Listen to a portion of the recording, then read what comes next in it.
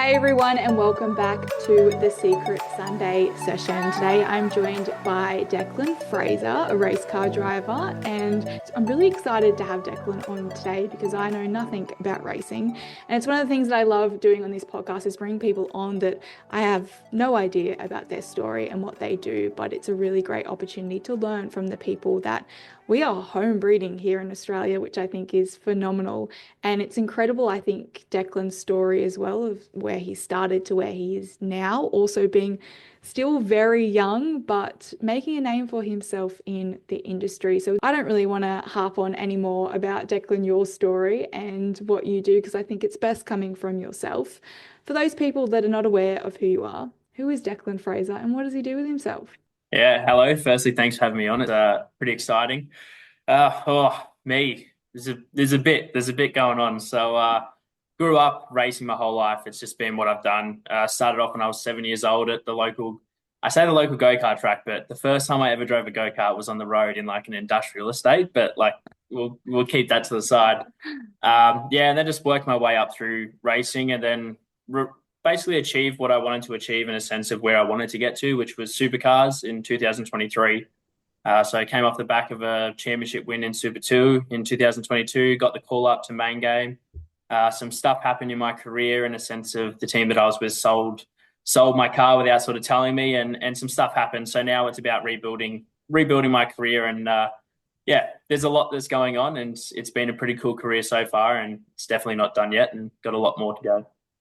I love it. And it's amazing that, as you said, through all the triumphs and everything, you've still come out with this dream. And I do want to talk a little bit about the first moments that you realized you wanted to be a professional race car driver. I mean, I find a lot of kids growing up, and I'm like going from perspective in primary school and high school, and the young boys in the schooling environment going, one day I want to be a race car driver after, watching Rory the Racing Car or something that we were when we were younger.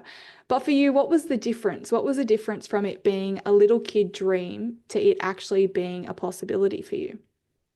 There was a point in my career where I was still in go-karts at the time, but I was playing AFL as well because I grew up in Victoria and it was just a passion of mine. But I didn't have a growth spurt till I was 21. So I was about 16 and I was still very short and getting towered over. And I was like, oh, I'm perfect size to continue racing, so I may as well stick to that. And that's sort of where everything became a lot more serious when I was about 16. And we started traveling interstate. We went over to Las Vegas to represent Australia in the World Championships in go-karts, and sort of just started to progress from there. And I think that's when the passion for that really took off. Like I've always had a passion for it, but it was when it was like, okay, like it's getting serious. Like I'm going to have to start really working hard here. So that year was the first year Dad was like, if you want to do it, you're going to have to try and find some money. So little 16-year-old me with my suit and tie on went out and just started walking the footpaths, knocking on business doors, trying to find sponsorship. And we raised enough to go overseas to go race in America, which was cool for that race. And now we're here. So it's been a long journey, and the initial part of when we decided to actually take this step and really focus on it was a big decision for me because I had two sports I absolutely loved, but this is something that I've always had a passion for. Mm. Why did you decide to choose go-karting and obviously supercars over AFL? I think it was purely just because of my height. At the time, I was a very short person, so I had the skills to continue playing footy, and I absolutely loved it. And to tell you the truth, I would love to actually go and train with them. I can't play because obviously there's a lot of things in contracts that say that I can't get injured for racing and stuff like that. So I've actually talked to a couple of people about going to go footy training with them just so I can keep that passion alive because it's something I love doing. But at the time, it was purely just because I wasn't really progressing in the football scene because I wasn't, I guess, as tall as everyone else at the time. And my racing, I started to win a lot of races, and it was just something that I was like, all right, like I'm good at this. And if I really knuckle down and figure it out, I reckon I can make a career out of it. It's funny because a lot of sports people always come from the perspective of I'm good at something, I need to pursue it. And Hmm. whilst that's very valid, do you ever did you ever find that you didn't have the passion for it, or you generally did love go-karting and racing as well? Like, was that the main driver, or was it purely because you were good at it?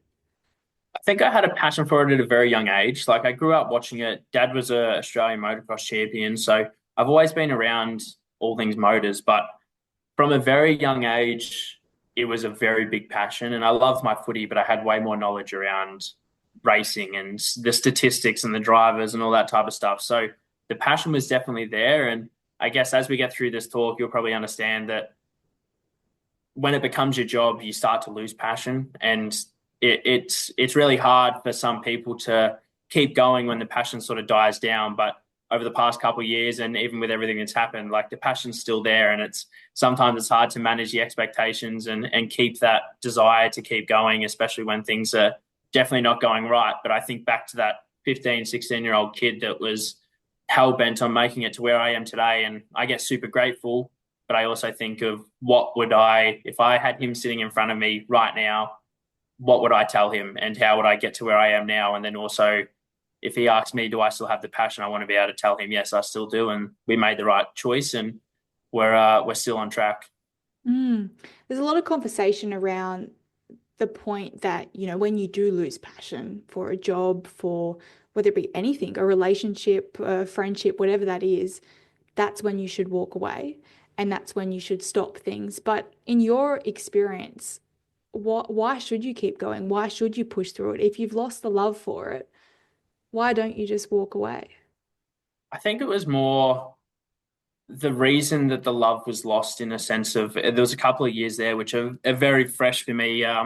Probably 23, 24 have probably been the hardest years of my life. Like everything that could have went wrong in my career has gone wrong, and it's just been probably one of the toughest times mentally to keep the love for it. But you sort of get to the mindset of, yeah, these things have happened, but they haven't happened because of my fault. Like I haven't really been at fault. Like I've got to take some responsibility and stuff that's happened, but the way that things have played out haven't actually been through a fault of my own. And you sort of got to realize, like, why you're doing this. Like it's like for that 16-year-old kid, you're doing it because he had a dream, and that's why we're here. We all want to go out and compete and win. And my goal was never to make it to supercars. It was to get into supercars, win a championship, and then create a legacy. So I know that setbacks, most of the time, your biggest triumph is always going to happen when you've got your biggest setback. So sort of in the mindset that, yeah, the past 2 years have been pretty challenging, but I've had a goal since a young age that I need to keep going, and I can't give up just now just because stuff's gone wrong. It's amazing. It's such an important message that when times do get tough, it's not when you throw in the towel. It's when you really knuckle down and work your way through it. And I think that's pivotal in anything that we go through in life. But talk me through 2023, 2024. Why was those couple of years really tough for you, and how did you manage to get through them? Oh, yeah. So I'm glad that you're 2000, smiling about it at least. yeah, yeah. I guess it all starts in 2022. So I was racing Super 2, which is the division below supercars, and everyone in there is eager to get into the main game. Like that's our dream. We're on the doorstep, knocking on the door, trying to get in. So half the time you just got to bust the door down, and that's ended up what we did in 22. We went out with probably, I wouldn't say probably, actually the best team that you could possibly be with, 888, and we won the championship. So I did everything that I needed to do to get the opportunity to step up into supercars, and I got that opportunity. So a team approached me. They said, hey, we're really interested in you. You've just won the championship. It was basically the day after we won, because the last round I was very close with second, and I basically just had to go out and win everything. And we ended up topping practice, qualifying first in both qualifyings, and then winning both races. So we just went out and just made a statement really than anything. That was a mindset going in, and it paid dividends. And we got the call up to go up into the main game next year on a 2+2, which basically means you're 2 years contracted. And then at the end of the 2 years, they have another option on you for 2 years. So in the end, it's like a 4-year deal. So we were, for me and my parents, it was something that and my sister, it's something that we'd worked on our whole entire life to get to. And we were ecstatic, and we jumped at the opportunity. We took it, we got in, and things just didn't progress from there. So obviously coming in as a rookie, like you're going up against the best people in the country. Like supercars, there is no one else in this. People say around the world that we have the toughest category in the world. And you sort of look up and down the field at who is in there, and even qualifying, for example, like you go overseas and some qualifying situations, the gap is seconds upon, like multiple seconds between first and last. For us, there's like 0.8 of a second between first and last. So you make a little mistake and you're buried down in the pack. So it's ultra competitive, but coming in off the back of a Super 2 championship, I I had expectations of where I wanted to be, and we just weren't living up to them. And it was hard for me because people that I beat in the previous years, they were progressing. They were in the main game as well. They were up the front. They were winning races, podium, and it takes a big mental toll on you because you're like you want to be better. And then halfway through the year, just some things within the team just weren't clicking. And then towards the end of the year, it got a little bit messy. Obviously, I'm not going to go in and call people out because that's not who I am, but it just got very messy, and they ended up selling two of their cars, and with that came two of their drivers going, and it was a very late call on their behalf, and it basically just shoved me out the door after 1 year. And the problem with that is the first year is normally a building year. You learn the category first time in it. The qualifying is different to what you've come from last year. It's almost double the racing of what you've done with long enduro events. So everything's new and you're still learning. And the second year normally is where you start to take off and you progress a lot more. But I didn't get that opportunity. And because of the results in the first year, basically the industry just pushes you to the side. So it makes it hard to try and get back into it. Like I've done everything I possibly can and explored every avenue. And it just took a massive mental toll on me because it just, as a sports person, all you want to do is go out and win. And it's something that you've worked your whole entire life to get to that point. And you had this goal that, I wanted to make it to supercars, but it was never what I wanted. I wanted to get to supercars and win. Like that's just what it is. Like you don't go out there to run around second and make up numbers. So when you're not achieving that, it takes a mental toll. And then when you get kicked out at the end of the year through basically no fault of your own, it takes an even bigger toll on you as well. So that then leads into 2024. We went into January going, the heck am I supposed to do? Like I've gotten literally nothing, and motorsport's an expensive sport at the end of the day. Like I was lucky that in 2023, the team approached me in a sense of, you've done well, we'll take you on merit rather than having any money. So now that I've been pushed to the side, trying to get back into supercars, teams are asking for big budgets, something that I didn't have at the time. So I was like, I had to take a step back. And that was probably the hardest thing because you go from racing so much, being to where you wanted to be in your life, to then absolutely nothing.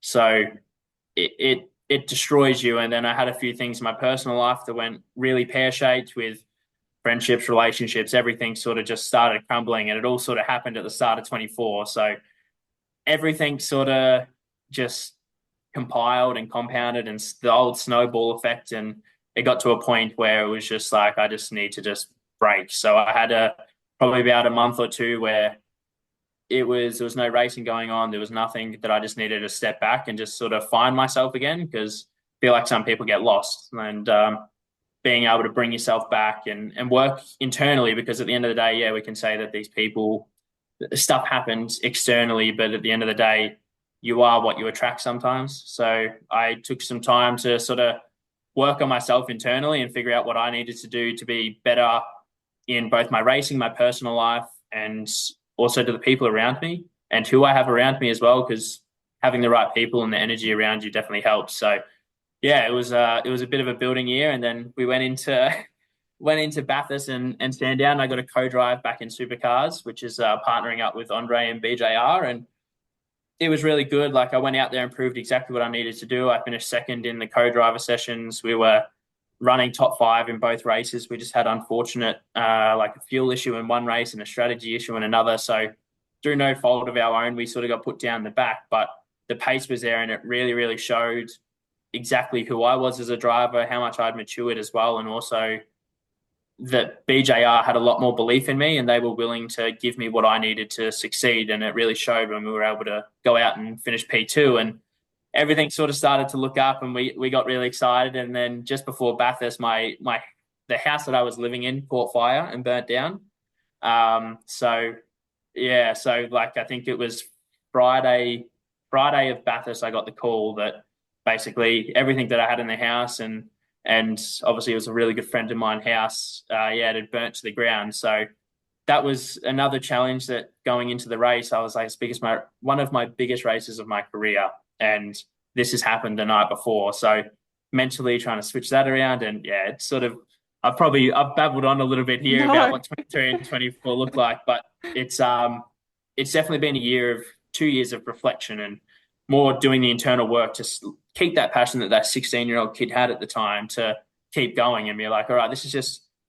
I keep telling myself that everything that happens is just another chapter in my book that I'm going to write when everything works out.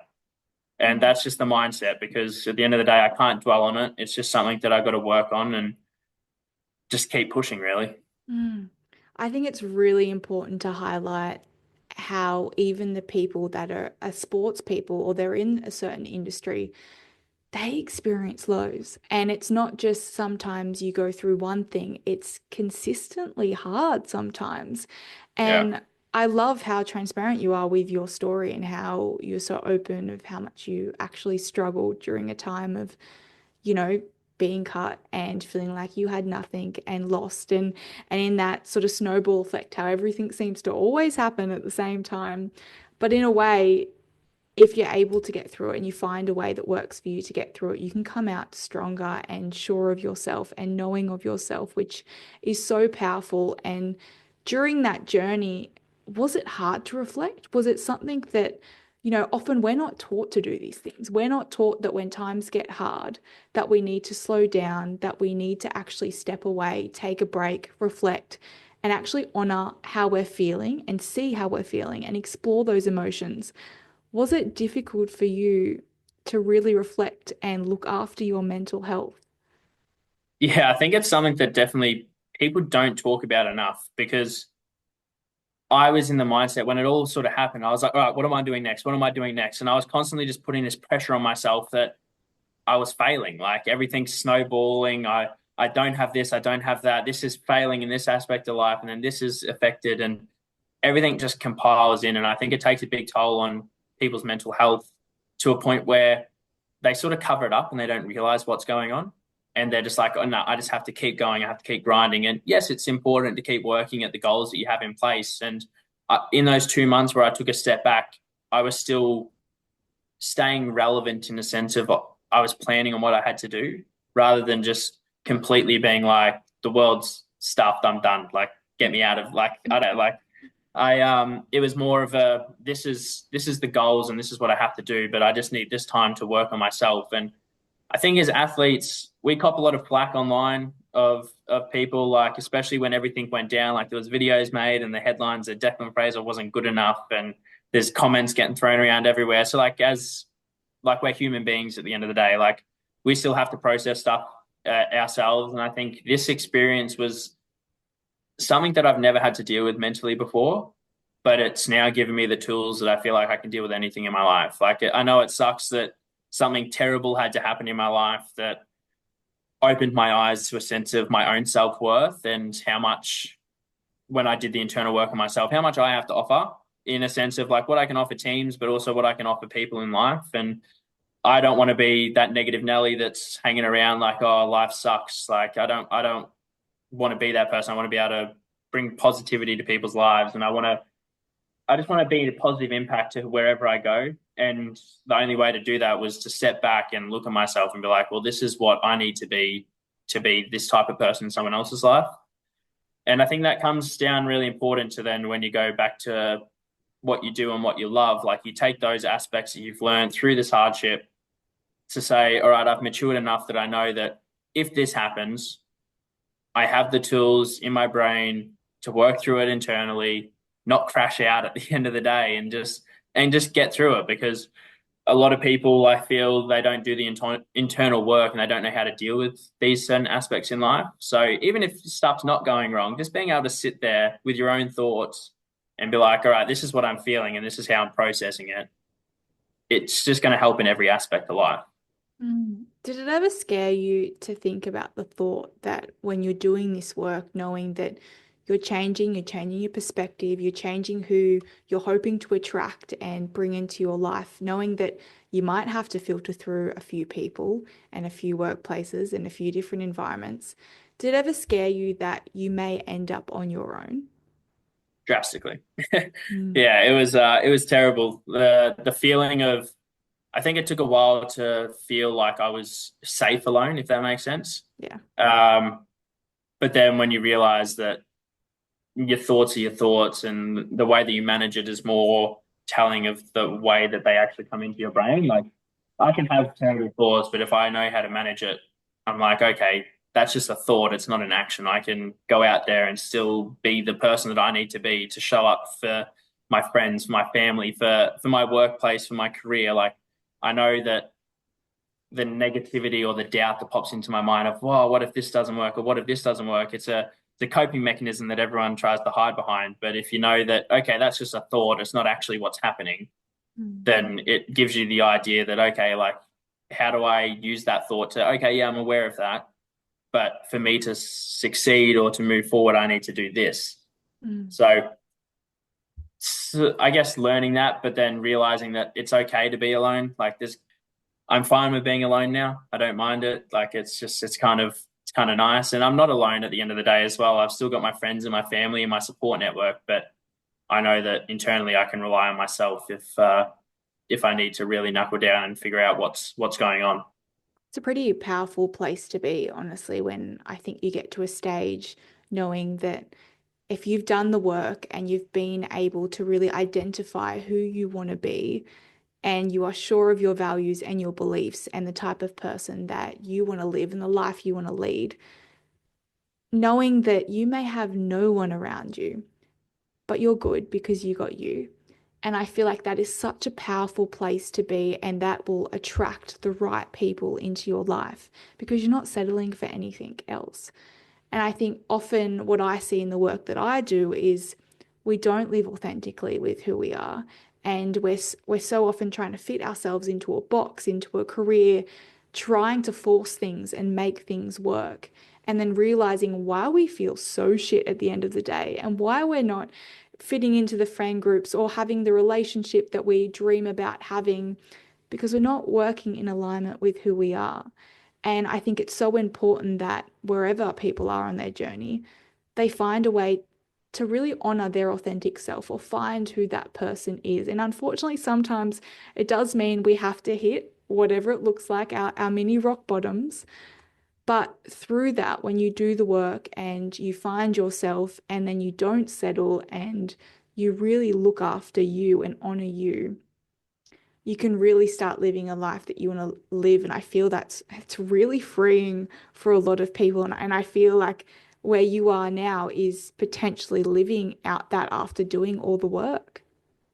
Yeah, exactly. And I think for people who aren't even like who aren't athletes, I guess, or have the pressure of the external pressure of everyone else sort of piling on top of you, it's no matter what you do or where you are in life or what stage you are in life, being able to just manage your own emotions and having I guess, the emotional maturity and intelligence to work through life's problems, whether that be your job or your family or your relationships. Like it's like you said, freeing, like knowing exactly who you are and what you believe in and what your values are and not settling for anything is probably one of the best feelings that anyone could ever experience.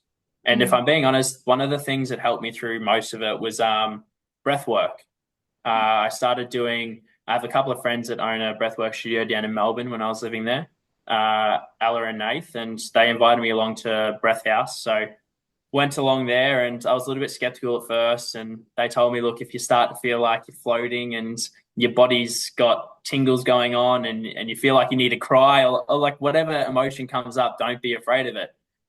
And I was sitting there and I was like, oh, I don't know. Like, I don't know if this is really for me. And I meditate and I do all that type of stuff. And I was like, I'm just unsure about it. And I did the first session and I got all those sensations. I had the pins and needles. I had the feeling like my whole body was just like a big blob. I was levitating, like just stuff that you can't explain, all from how powerful your breath was. And I think that helped me a lot in processing my emotions as well and just centering myself and just being able to sit there for an hour with a guided breathing exercise that just helped me find who I was as well. Because it makes you, I feel like we hold tension in places when we're stressed and when we're really going through just life in general, really, like life stresses. So being able to sit there and feeling exactly where I'm stressed and holding tension in my neck and all that type of stuff. It really helped me just release it all and then sit there in my emotions and figure out what I needed to do to be better. Because I'm nowhere near done in my career, and I will not give up until someone says you have to stop because you're done. I'm not giving up. So it's been good to be able to do the internal work to now come back with more maturity and try and get back into the sport and show people what I can do. I can see you when you're 80 and you're still in the car and people like trying to drag you out of the car, being like, mate, just got to give it a rest. Yeah, exactly. They'll have to. They'll have my wheelchair or like walking stick next to it, and they're like, "Come on, mate, get out." No, that's amazing. And I think that goes to show, as you said, the dedication that you have for your career and for your sport and your commitment to actually doing what you love, and pushing through the hard times, knowing it's going to be hard and it's not over. The hard is not over. And I think so often we think that we reach this peak of existence where we're all working towards this point where we're going to be our best version. But like life is not like that. Life is constantly bringing us different challenges, and as it should, because we never should really settle. It's part of human development, it's progression. And I think what's so important about what you mentioned is breath work, I think brings you back into your body. And so often in life, we're so out of our body. We're experiencing life from probably more our heads than our nervous system and our body, where the two have to be connected in order for us to freely function and to enjoy our life. And I absolutely love that you spoke about how skeptical you were at the start, because a lot of people are. It's often this whole woo woo that people talk about, oh, I know how to breathe. I don't need to do Mm. breathing. I don't need to do meditation. But when you have that first experience, and sometimes it's not first experiences for people, but when they keep going back and experiencing breath work or meditation, the euphoric feeling of being able to be within yourself and giving your body the time, I think it's amazing how your body can also then feel so much more calmer, because we are living in a very externally stressed world. But you start to notice little things. I know for me, when I started doing like meditation and breathwork practice, small things like road rage, just don't do it anymore. It used to just, people used to annoy me for no reason and I'd burst out in anger. And now you come from a place that you're more peaceful, you're more grounded, and you're more whole because you have that mind and body connection. It's actually funny you mentioned about the road rage type of thing because I, coming from what I do, and obviously like we're very aggressive on the track, and when you get in the car and you're like far out, like why can't people just drive normally? Like I also had those feelings, but I seen something. I can't remember how long ago it was, but it was basically that people let something that happened on the road for 2 seconds be their whole day. They'll go to work and be like, "Can you believe this idiot just cut me off on the road?" And that'll be at 10 o'clock in the morning. And then 3 o'clock in the afternoon, they'll tell someone else, "Oh, I was driving to work this morning and this guy." Like, it just takes up so much of people's mental capacity of negativity and stuff that's happened in their life. But like you mentioned, now being able to manage that and be like, "Ah, oh, he's probably on his way to his baby's probably just about to be born and he's trying to get there." Like you don't know, like you just don't know what's going on. So being able to find that like inner peace of just like, just it's all good, figure it out and move on. And it just opens you up for so much more goodness to happen. Mm. And how do you feel you're going to bring that to a new season in racing this year? I mean, all that you've learnt, as you said, the last couple of years and adding in those, more intuitive practices. How do you think that's going to set you up going into a new season? I mean, if it is a new season, I'm just assuming new year, new season.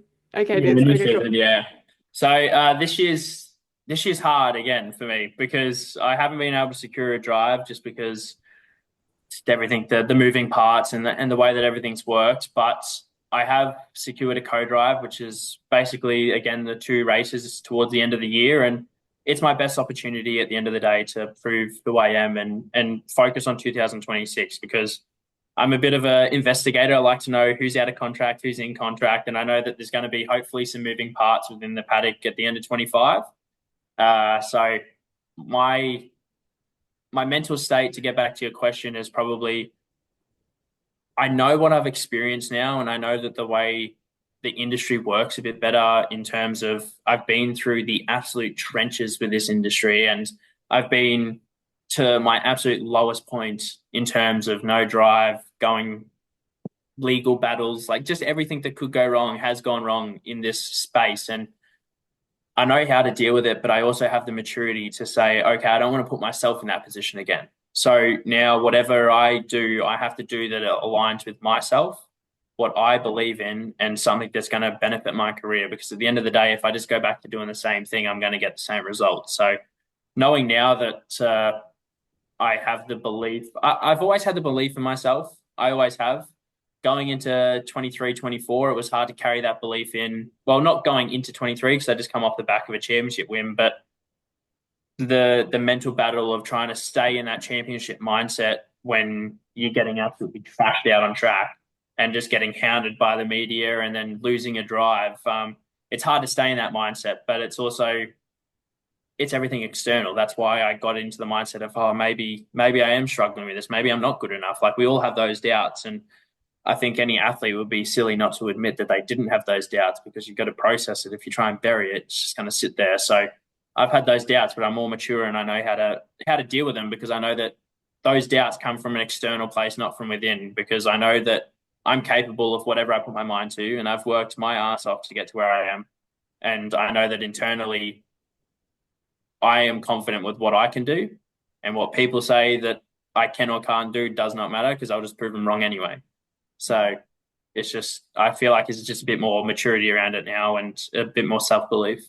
There's an evil but an amazing motivator in proving people wrong. And often I think a lot of sports people are motivated by that, wanting to prove people wrong and wanting to come back and be able to really, I think, implant how far they've come from what they've been through. And as I said, it's very powerful, but sometimes the motivation also can be quite draining. Do you find that, how are you going to deal with this pressure differently? I mean, as you mentioned, the pressure did get to you in, the last couple of years and it became too much, but how are you going to approach it differently? Because as you mentioned, the industry doesn't change, but you have to turn up in a different way, knowing that you're going to be in a better place. Yeah, I think it's getting back to what you said there at the start. There is a very big difference between the evil side of proving people wrong and the positive side of proving people wrong. So a lot of people go out there and are just like, nah, stuff you. Like, I'm just going to go out there and just like obliterate you and you're a piece of shit, like all that type of stuff. And like, it's just unhealthy. Like, yeah, I have those, like when I get in the car, the helmet goes on, the red mist comes over. Like I'm there to win. Like if you're in my way, get out of it because I'm coming through. But from a place of proving people wrong, it's never, my mindset now is not that I'm going in there because you're such a terrible person that told me that I was shit, that I'm just going to go out there and beat you. It's more of a, like I mentioned before, I know what I can do and I know what I'm capable of, and you're about to see it. And then your belief in me is going to change, because it's no longer, it's not a, they're always going to doubt you and they're always going to try and put you down. And that's just the way our industry is. There's people out there that don't want to see you succeed. But when they stop talking, you know that you've won. I'm not there to be like evilly be like, nah, like stuff you. But I have the self-belief that they're going to see what I can do. Goosebumps. I love that. Great pep talk. Yeah. I felt that Yeah. through the screen. I also had a thought through that I am not going on the road near you, wherever you were driving, even if you're not racing. If that red mist comes over, I am Yeah. out. No, we talked Um, about this, remember? I'm very calm on the road now. It's very mellow. I'll which listen to my music and just drive for hours. It does not faze me. Which makes me quite intrigued. How do you, I suppose it might be generally like most sports people, but how do you switch off? Like, how do you switch between, say, driving in a super race car and then driving along the streets around your local neighborhood? Like, can you have the ability to switch off and almost like when the suit goes on, that's when you know you have a job and you're a different person, and then it's kind of like you're living this double life. So I guess not many people know, but I work with sports psychologists. I think that's been a very powerful thing in terms of my mental state as well when it comes to my racing. So I started working with my guy, maybe 2022 when I won the championship. And it was halfway through the year that we started working together, and that's sort of when everything changed. I went into the first round of the championship. I had a pole, but I was just struggling in the races, and I just wasn't performing where I wanted to perform. And the opportunity came out to work with this guy, and he changed my mindset of how I went about racing. And then when we got to Adelaide at the final round, when I was, like I said, close was second, we just had this mindset of like, we're going out there and we are winning everything. Like there is going to be no doubt in anyone's mind that I deserve to be champion because I'm just going to win everything. And to get back to your question, the difference between me outside of the car and me inside the car is all to do with my helmet. So as soon as that helmet goes on, that's me. I'm Declan Fraser, the race car driver. That's who I am. And like that's when I go out there and I do my best work. So on the road, I find it therapeutic. Like I hate, and I say this in the most loving way to my family, but I hate when my family call me when I'm driving on the road or just anyone. I find it therapeutic. I have my music on absolute max Nelly.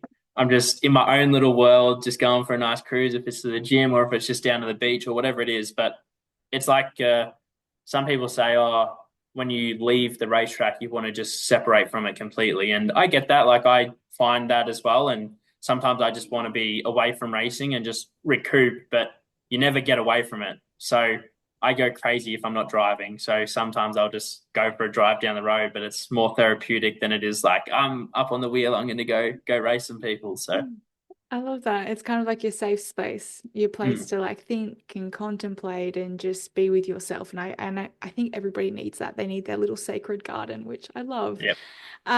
This has been a phenomenal conversation, and I'm so grateful to have you on to discuss obviously a career that has been had its highs and had its lows, and it's ongoing. And I think it's so important that you mention that and you talk about that this is something where it doesn't end, and you know it's still going to be hard because that is life. And often I hate the saying of, it's just life, but it is. Life is constant and it's developing and it's all different all the time.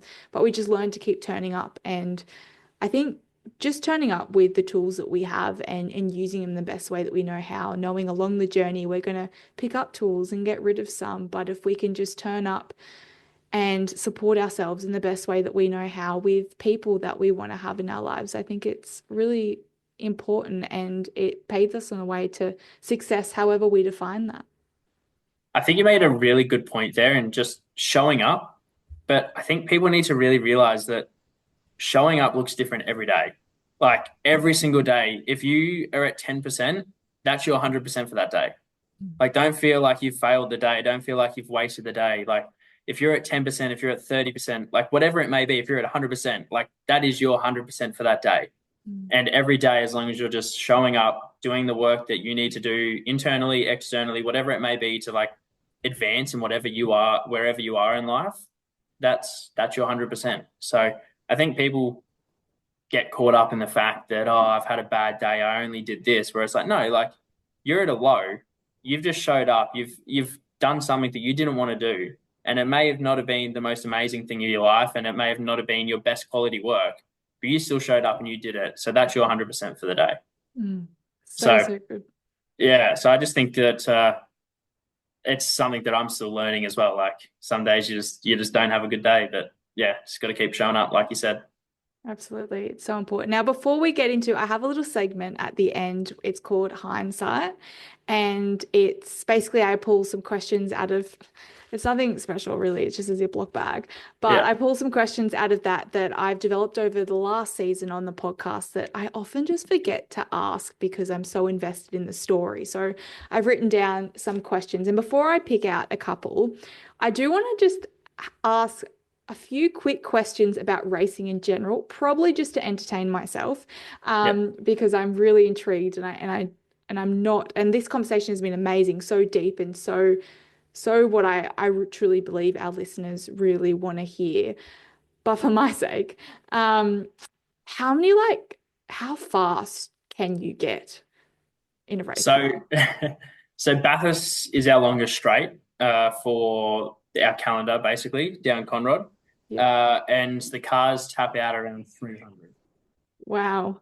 Do you ever get Yeah. scared? Not really. I know the first year I raced supercars, I went from a Toyota 86 to a supercar, like the one year to the next. So it was a very big jump in horsepower. And going, you've got a kink before the braking zone down Conrod, and trying to get flat through the kink for the first time, and the cars start like half sideways at 300 k's an hour. Yeah, it definitely gets your heart rate up. But then when you get over that barrier, you're good to go. So.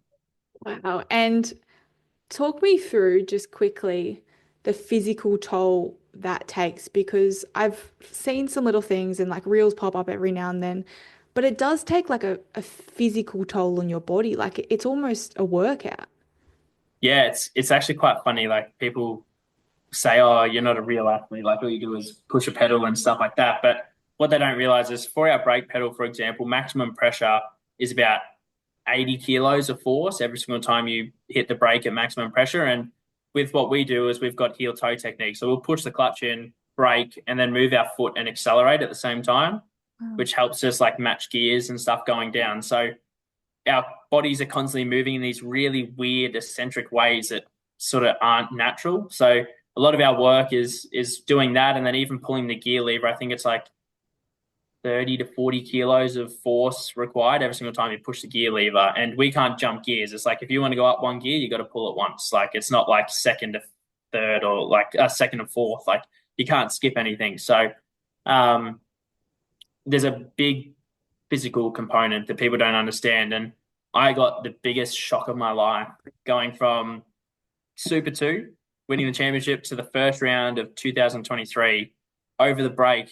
Sorry to ramble again, but Go, go. over the break, I popped it hard. I had glandular fever, throat infection, on top of that. I had four things. I can't remember what they were, but I had four things. I lost 10 kilos in the process, and like I'm already a pretty like light guy. Was in hospital for a week or two, and then I missed all the preseason testing because I literally just couldn't be in the car. I think I had like one day where I was in the car, and then I rocked up for Newcastle, which was a 95 lap race both days. And Newcastle's a street circuit. It's super tight. It's probably one of the most demanding tracks on the circuit just because it's so aggressive with the bumps and how tight it is. And like you never get to rest because even the straight has a turn in it. So you're always like constantly doing it. And I remember the first day, I think I qualified 22nd or 21st or something. And I ended up moving my way forward to, I think, 13th. So like we had a good race, but I was that physically exhausted at the end that the guys had to unbuckle me and pull me out of the car because I physically couldn't move. Like I was just stuck there. So like there's that aspect of things, and you lose. Like I can burn up to 3,000 calories in some races just from the how intense it is. Like inside the car, it's about 25 degrees hotter than outside the car. So plus you've got your suit, you've got your fireproof underwear underneath, helmet, balaclava. We have a cool suit that pumps cold water around our body, but after 10 laps, like it doesn't feel like anything. It just feels like water. So yeah, you can lose a lot of weight, and it's very, very physically demanding. You've got to love it then. You've really got to Love love it. Absolutely love it. Yeah. it. What do you think about while you're driving? It's racing. It's more just like racing is like chess. Like at the end of the day, we're always trying to figure out how we're going to outplay the guy in front of us, whether that be setting him up for a pass two corners later. Like you're never really thinking about the corner that you're at. You're Mm, always thinking if you're behind someone, it's like, okay, if I do this here, it'll help me at this corner to be in this position, and then I should be able to pass him by here. So mm, you're always constantly thinking ahead while also trying to drive the car, while also trying not to run into the guy in front of you, while also trying to figure out like the listening to the team calls to make sure that the strategy is going well. So I'm one of those people that some drivers just go out there and just drive, and that's just what they do. But I like to know what's going on with strategy, where we're at, how many laps are left, like all that type of stuff, just because it helps me mentally stay there. Because as soon as you lose your mental focus, you're done. Like most of the time, you'll just crash without intentionally crashing. You'll just crash because you have that split second of I forgot where I am, or I've just lost mm. focus for 2 seconds, and you're in a wall somewhere at a couple hundred k's an hour. So you just gotta, Oh, no, thank yeah, just you. mentally focus the whole time. Wow, the strength in not only physically but mentally in that sport is phenomenal. And like my hat goes off to you because yeah, I think I would scream my way through any I'm competition racing. But let's go to the ziplock. Um, excited. yeah, well, you may not say that by the end of it. Let's see what we have. What do you want people to know about your journey that they may not be aware of? Ooh. I think we've talked about it a fair bit, but just I don't want people to feel pity for me that I've had a hard life getting to where I am, but more of a appreciation of where I've come from. Because a lot of people come from, I hate to say it, but a lot of people come from rich families, and our sport is a rich man's sport. Like to get into it, to stay in it, it costs money, and it's been an absolute grind to get to where we are. Like it's not just been, oh, like dad paid for it, like we're here, we're racing type of thing. Like I mentioned before, I was 16 years old with a suit trying to figure out how I was going to get to America to go race, and I was door knocking. Like it's just actually no, first time I did that was 13. I take that back. 2013 was the first time. So imagine like little Decker just walking around, so looking all professional, knocking on business doors. So I got a lot of no's, but learning to accept those no's and wait for the yes was a big thing. But yeah, probably just that. Like, hasn't been easy, and no one's career is ever easy. But there's always something happening for somebody, and everyone's career is going to go through it. But just yeah, that's basically it. I love that. Big resilience building at a young age, door knocking at 13. Wow. I was sort of pushed out the door by dad. He's like, "Go on, if you want to get it done." So, You didn't bring a mum little and dad, chocolate box, those old like chocolate boxes you used to take yeah, from school? yeah, and used to walk around with that white bag that people put their dollar Yes. or $2. Yeah, yeah. No, I didn't get any of that. Yeah, just pay for me to go to America. Yeah, exactly. Alrighty. Second question. Would you change the timeline of the events that have occurred in your life? Not what has happened, but when it has happened. Holy. That's a heavy question. To tell you the truth, I think there's always a plan. No matter what it is, I think there's a reason that stuff happens. Whether that's because you weren't ready for it or because other external stuff happen. I think you can't really change. You can't dwell on hoping that wish that it happened earlier, wish that it happened later, or wish that it happened like never happened at all. I think it's taught me what I've needed to know. I think now, and the timing of it, it's never a good time for any of it to happen. So I think that when it happened, it was supposed to happen then for some unknown reason. But I wouldn't change it. I don't think it's part of like I mentioned before, it's part of my chapter. Sorry, it's a chapter in my book that is going to be written one day. Mm. Are you going to write your book one day? One day, that's a plan. I wanna win a few championships and have a good career and just have a legacy. Like I'm not a legacy chaser in a sense of I want the ego of having a legacy. It's more like everyone, I guess we've all worked hard to get to where we are, and we want to be known for what we've done, and we want to make a lasting impact. And even with talks like this, like I don't want to just be some guy that fits into the box of a supercar driver, because our industry for a long time has been very, you look like this, you do this, you do not speak out about this, you don't speak about emotions, you don't speak about like nothing. Like we don't do that here. Like if you go out, I started vlogging, like I copped a lot of flack for my vlogging because that's just not something that we do. But I don't want to be known as that person that stays in that box. Like I want to create a legacy, not just for my racing, but also to help people in the industry realize that you can be yourself. And I appreciate people like Chaz Mostert, who's out there being his authentic self 24/7. And it inspires so many young people to chase their dreams because they're not trying to fit into a box anymore. So I think that's sort of where my mindset is at as well. Mm. That's so amazing. I love it. And I'm going to do one more because you're answering these really well.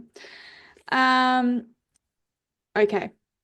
Any advice that you were told when you were younger, but only have got it, like understood it now? Mm, damn. I guess the whole second chance thing, a lot of people told me you don't get a second chance at this stuff. And they're very true in that aspect. And I think sometimes I took I took some things for granted in a sense of like, especially when I said before that I had to take some accountability for 2023 and the events that happened there. I think I got to a point where I was like, finally, like I've made it to supercars. Like I didn't take my foot off the gas, but I was like, oh, I'm a supercar driver. I've got 4 years to figure this stuff out. I need to just build up first year. I need to just figure out where I fit in. I need to do all this. But I think I probably took that too much for granted. And the advice, if you don't really get second chances, work as hard as you can on the first one and show everyone. I understand it a lot more now. But then there was also the advice my nan gave me, maybe 2 days before she passed away, and I've actually got it saved as my collage at the bottom, and it says, "Keep practicing, never give up." It's yeah, probably those two. Amazing. Well, thank you so much for jumping on today and sharing your story and amazing insights. I know I have learned so much, not only about racing, but I think the perspective that you have is pretty phenomenal for someone that is so young but is in this industry. And I don't think, as you said, it's not talked about enough in racing. I know I'm not aware of it, and a lot of people aren't as well. When they think about racing car drivers, they see the suit, they see the car, they see the contract, and see them make the race. And for you to be really open and honest about your experience as well as share that as well online, I think is really, really powerful. And I think you should be really, really proud of yourself and how far you've come in this. And Thank you. and the thing that you're paving now for not only yourself, but for people to follow the path that you're now leading. So congratulations on your journey, and thank you so much for jumping on. No, thank you for having me. I've really, really enjoyed this chat. It's been good. Thank you. And thank you as well to everyone else out there for joining us for another Secret Sunday session. We'll catch you guys all again very soon.